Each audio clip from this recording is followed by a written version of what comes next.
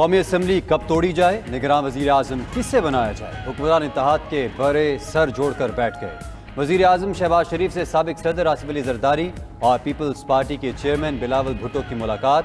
آصف علی زرداری اور بلاول بھٹو کی وزیر اعظم ہاؤس آمد پر شہباز شریف نے استقبال کیا۔ ملاقات میں اسمبلیوں کی تحلیل اور نگراں سیٹ اپ پر مشاورت، سیاسی صورتحال اور آئندہ عام انتخابات پر بھی تبادلہ خیال۔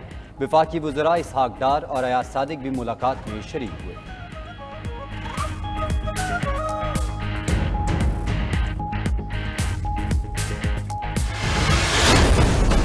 قومی اسمبلی سندھ اور بلوچستان اسمبلیوں کی قبل از وقت تحلیل کا امکان۔ قومی اسمبلی کا اختتامی اجلاس 20 یا 21 جولائی کو طلب کرنے کی اسمبلی ارسال۔ ذرائع کے مطابق مسلم لیگ نون اور پیپلز پارٹی نے 8 اگست کو قومی اسمبلی تحلیل کرنے پر اتفاق کر لیا۔ قومی اسمبلی کی مدت 12 اگست، سندھ اسمبلی کی 13 اگست کو مکمل ہوگی۔ سندھ اسمبلی 10 اگست سے پہلے تحلیل کرنے کا فیصلہ کر لیا گیا۔ وزیر اعلیٰ سندھ نے اسمبلی کی تحلیل پر پارٹی قیادت سے مشاورت کر لی۔ بلوچستان اسمبلی 10 اگست کو تحلیل کیے جانے کا امکان۔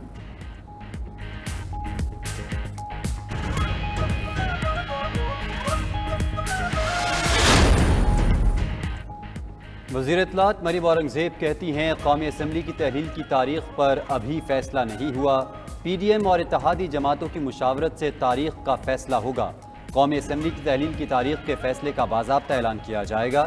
وزیر دفاع خواجہ آصف نے قومی اسمبلی کی تحلیل کے متعلق سوال پر کہا انہیں ابھی ٹیلی گرام نہیں آیا۔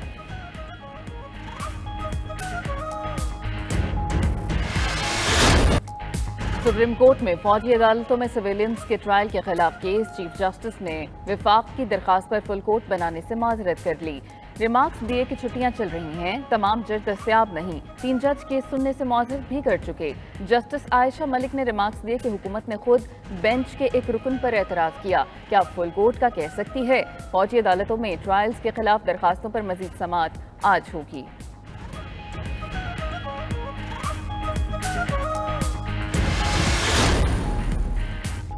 چیئرمین پی ٹی آئی کی سزا یا نااہلی کے متعلق کچھ کہنا قبل از وقت ہے۔ وفاقی وزیر داخلہ رانا ثناءاللہ کی میڈیا نمائندگان سے گفتگو، کہا شیخ رشید کو گرفتار کر کے اسے اہمیت نہیں دینا چاہتے۔ پی ٹی آئی کے جو لوگ 9 مئی کے واقعات میں ملوث نہیں ان کے خلاف کارروائی نہیں ہونی چاہیے۔ مسلم لیگ نون کی قومی اسمبلی کی 2 سیٹیں پکی ہیں، نواز شریف کی وطن واپسی کی حتمی تاریخ نہیں دے سکتے۔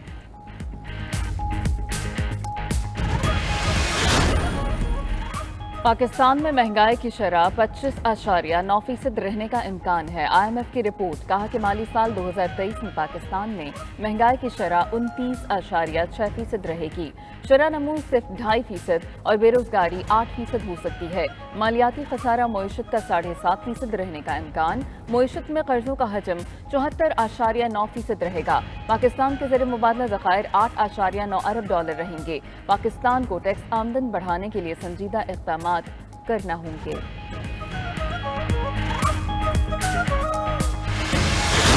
پاکستان کا جو فارن ایکسچینج ریزرو ہے اس میں $600 ملین کا اور کل اضافہ ہوا ہے۔ چین نے، ان کے ایگزم بینک نے پاکستان کو $600 ملین اور اس کا ہمیں رول اوور کر دعا کیجئے کہ قرضوں سے نہیں، قوم کی اپنی محنت اور کمائی سے اور پسینے سے اور خون سے اور قربانی سے بڑھے۔ اور یہ ممکن ہے جس طرح یہ مثالیں ان بچوں کی ہیں، ان بچیوں کی ہیں جنہوں نے گولڈ میڈلز لیے۔ چین نے پاکستان کو مزید $60 کروڑ رول اوور کر دیے۔ دوست ممالک کی معاونت سے معاشی اعشاریے بہتر ہو رہے ہیں۔ وزیر اعظم شہباز شریف کا پہلی اسپورٹس یونیورسٹی کا افتتاح کرنے کے بعد خطاب۔ شہباز شریف نے سمندر پار پاکستانیوں کے موبائل فونز کے لیے عارضی رجسٹریشن نظام کا اجرا کر دیا۔ 2 ماہ تک بغیر ٹیکس موبائل استعمال کر سکیں گے۔ وزیر اعظم نے اسلام آباد ماڈل اسپیشل اکنامک زون کا سنگ بنیاد رکھ دیا۔ وزیر اعظم شہباز شریف نے تقریب سے خطاب میں کہا اس منصوبے کا آغاز 5 سال کی تاخیر سے ہوا۔ 2015 سے 18 تک $30 ارب کی بیرونی سرمایہ کاری ہوئی۔ پی ٹی آئی کے دور میں صنعتی زونز پر سست روی سے کام ہوا۔ وزیر اعظم سے چیئرمین سینٹ نے ملاقات کی، مختلف امور پر گفتگو۔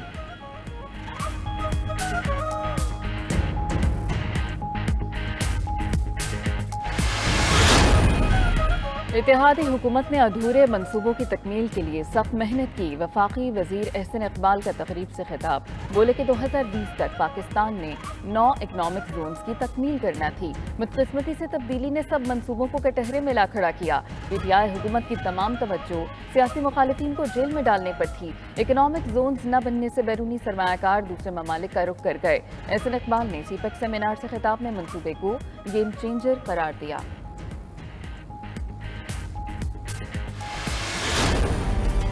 امریکی ڈالر کی قیمت میں مسلسل دوسرے روز اضافہ۔ انٹر بینک میں ڈالر 3 روپے 78 پیسے مہنگا ہو کر 283 روپے 4 پیسے پر بند ہوا۔ اوپن مارکیٹ میں بھی ڈالر 4 روپے بڑھ کر 290 روپے کا ہو گیا۔ سونے کی قیمت میں 6200 روپے اضافہ، فی تولہ قیمت 2,21,000 روپے ہو گئی۔ اسٹاک مارکیٹ میں 33 پوائنٹس کی کمی، 100 انڈیکس 45,009 پوائنٹس کی سطح پر بند ہوا۔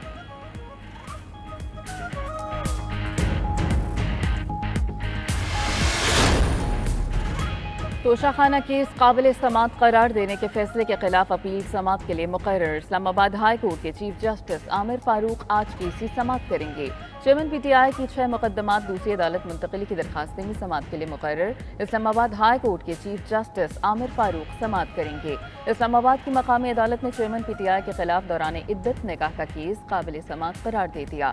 لاہور ہائی کورٹ نے چیئرمین پی ٹی آئی کے خلاف سائفر معاملے پر ایف آئی اے کی تحقیقات پر جاری حکم امتناع واپس لے لیا۔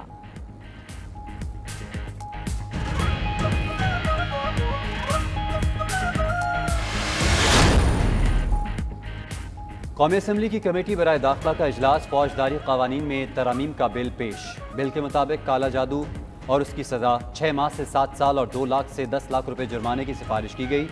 زیادتی کے واقعات کی کم سے کم سزا عمر قید ہونی چاہیے۔ داخلہ کمیٹی میں ڈی آئی جی پنجاب نے 9 مئی واقعات پر تفصیلی بریفنگ بھی دی۔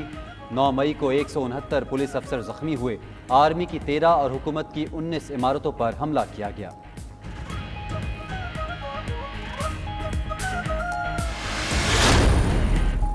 گجرات کی انسداد دہشت گردی عدالت وفاقی وزیر داخلہ رانا ثناء اللہ کی مسلسل عدم پیشی پر برہم۔ عدالت نے رانا ثناء اللہ کی بذریعہ پولیس 25 جولائی کو طلبی کا نوٹس جاری کر دیا۔ رانا ثناء اللہ کی ضمانتی رانا سعید بھی 25 جولائی کو طلب۔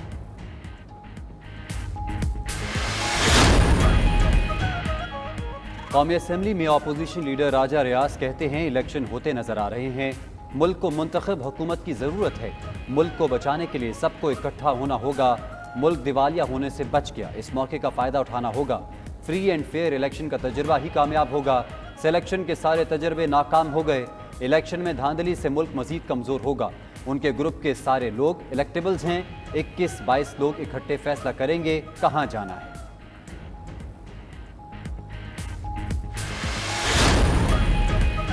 سابق صوبائی وزیر انور زیب خان کی پی ٹی آئی پارلیمنٹیرینز میں شمولیت کی تردید، کہتے ہیں کہ انہیں پشاور میں سرکاری حکام کے ساتھ میٹنگ کے لیے بلایا گیا تھا۔ سرکاری جگہ پر میٹنگ کے بعد ہمیں ایک شادی ہال میں لے جایا گیا۔ شادی ہال میں پرویز خٹک اور محمود خان بھی آ گئے۔ پرویز خٹک اور محمود خان کی پریس کانفرنس کے بعد معلوم ہوا کہ ان کے ساتھ کیا کھیل کھیلا گیا۔ انہوں نے ہال سے باہر جانا چاہا مگر جانے نہیں دیا گیا۔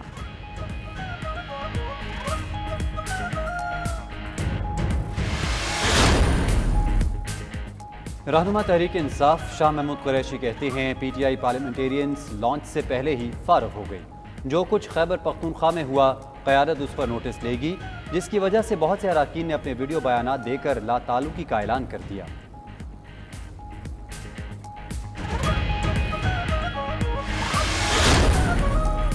استحکام پاکستان پارٹی کی رجسٹریشن کے لیے علیم خان نے الیکشن کمیشن میں درخواست جمع کرا دی۔ قانونی دستاویزات، پارٹی منشور اور عہدیداروں کا ڈکلیریشن بھی جمع۔ استحکام پاکستان پارٹی نے شاہین کے انتخابی نشان کے لیے بھی درخواست جمع کرا دی۔ دوسری جانب چنیوٹ سے پی ٹی آئی کے سابق ٹکٹ ہولڈر ذوالفقار علی شاہ استحکام پاکستان پارٹی میں شامل۔ جہانگیر ترین کہتے ہیں کہ استحکام پاکستان پارٹی ملک کے بہترین مفاد کے لیے کام کر رہی ہے۔